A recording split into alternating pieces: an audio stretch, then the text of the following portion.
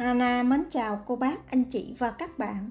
Lần trước, Hana có chia sẻ món rau câu bi, được nhiều cô bác, anh chị và các bạn yêu thích.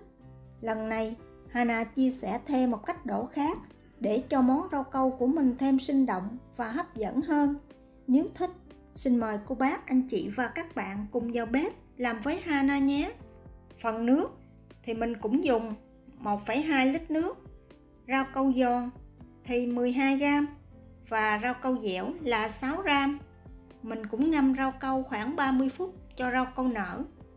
Với liều lượng của công thức này, mình sẽ làm được 3 khuôn rau câu bi.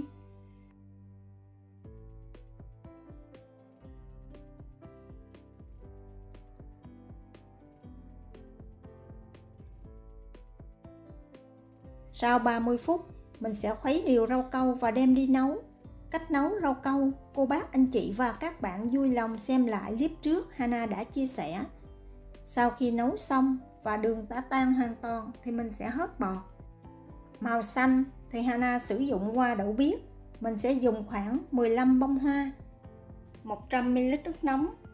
Sau đó đậy nắp lại, cho vào lò vi sóng thêm khoảng 30 giây và để 10 phút để cho hoa ra màu.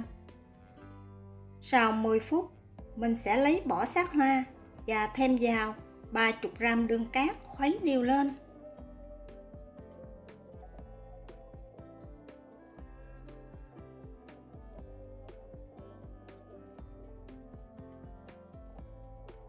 Tiếp theo, mình sẽ đi chuẩn bị phần màu đỏ. Hana cũng sử dụng 4 muỗng canh siro dâu và 100ml nước nóng. Để tạo cho rau câu có những hoa văn đan xen lẫn nhau thì mình sẽ chia phần màu đỏ này ra làm 2 phần. Một phần Hana sử dụng 30g, thêm vào 1 muỗng cà phê nước màu xanh của hoa đậu biếc để tạo ra một màu đỏ khác hơn. Sau đó khuấy đều lên và để qua một bên. Rau câu màu trắng thì mình dùng 150g nước rau câu, 35g nước cốt dừa, 35g sữa đặc và 35g kem sữa.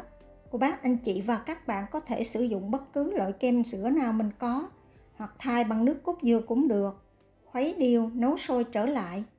Bây giờ thì mình sẽ bắt đầu đi đổ phần rau câu màu xanh trước. Màu xanh mình cũng chia làm 2 màu. Một phần thì mình dùng 3 muỗng canh nước hoa đậu biếc và 100g nước rau câu khuấy đều lên. Rau câu màu trắng sau khi mình nấu xong, mình lượt qua rây cho rau câu được mịn.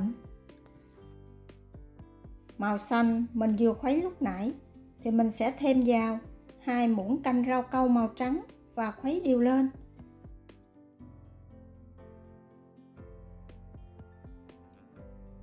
Nước hoa đậu biếc còn lại thì mình cho vào ca và thêm vào 100g nước rau câu. Phần này mình sẽ làm rau câu màu trong hơn nên không cần phải thêm nước cốt dừa. Để cho rau câu nguội bớt, cô bác, anh chị và các bạn cũng đừng khuấy rau câu theo vòng tròn. Mình múc rau câu đổ từ dưới lên trên. Làm như vậy thì phần rau câu không bị đóng mang. Sau khi thử 3 màu không bị hòa lẫn với nhau, mình bắt đầu đem rau câu đi đổ. Hôm nay mình sẽ dùng ca 5 ngăn để đổ, nhưng mà mình chỉ sử dụng 4 ngăn, 2 ngăn màu trắng, màu xanh thì mỗi màu 1 ngăn.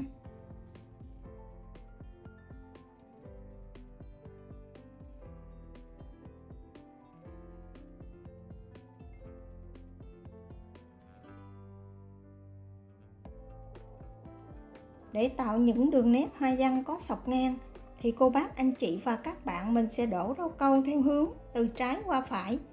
Mình sẽ làm giống như cách Hana đang làm. Cứ làm như vậy lần lượt cho tới khi đầy khuôn.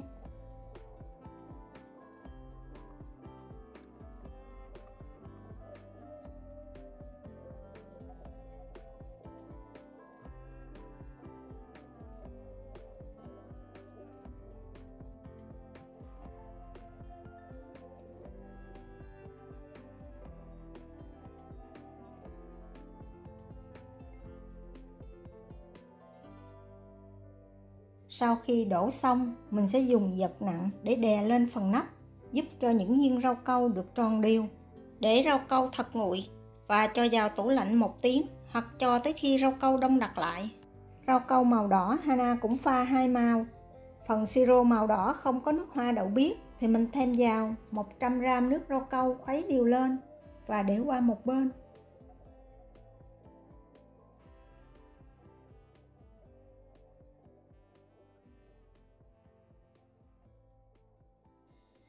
Phần nước màu đỏ có pha nước màu hoa đậu biếc thì mình cũng cho vào ca. Nhưng phần này mình chỉ thêm vào 50g nước rau câu và 2 muỗng canh nước rau câu màu trắng. Rau câu màu trắng thì nguyên liệu và cách làm y như lúc nãy mình làm rau câu màu xanh.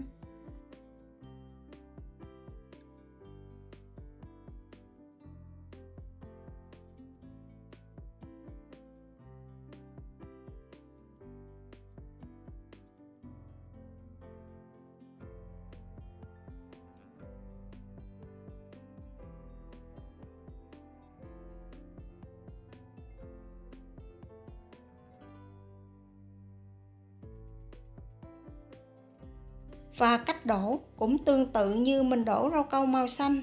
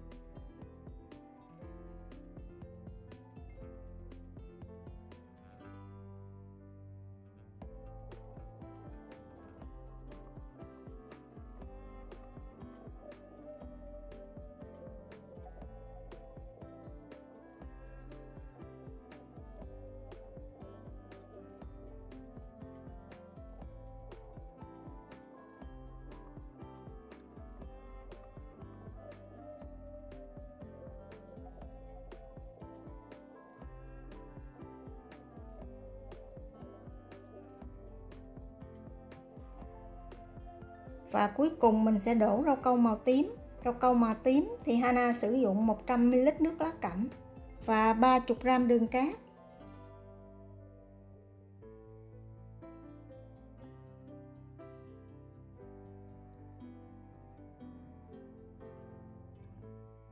Mình cũng chia làm 2 màu. Một màu thì Hana sử dụng 30g nước lá cẩm, 100g nước rau câu và 2 muỗng canh nước rau câu màu trắng.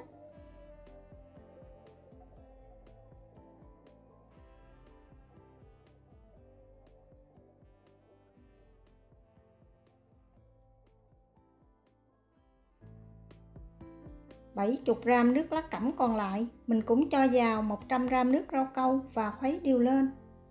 Và cách đổ cũng tương tự như mình đổ 2 màu xanh và đỏ. Có một điều rất quan trọng cho món rau câu này, Hana lưu ý với cô bác, anh chị và các bạn. Đó là món rau câu bi này vừa tròn vừa trơn, rất nguy hiểm cho trẻ nhỏ nuốt phải. Vì vậy, cô bác, anh chị và các bạn nhớ lưu ý phần này nha.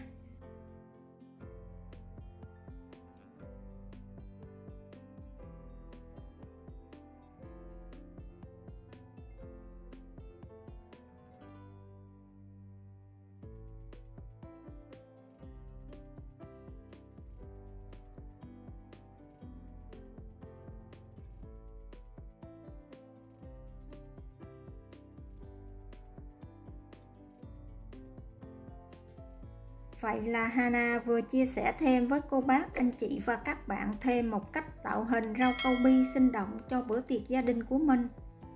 Nếu cô bác, anh chị và các bạn thích những gì Hana chia sẻ, nhớ đăng ký ủng hộ kênh của Hana nhé.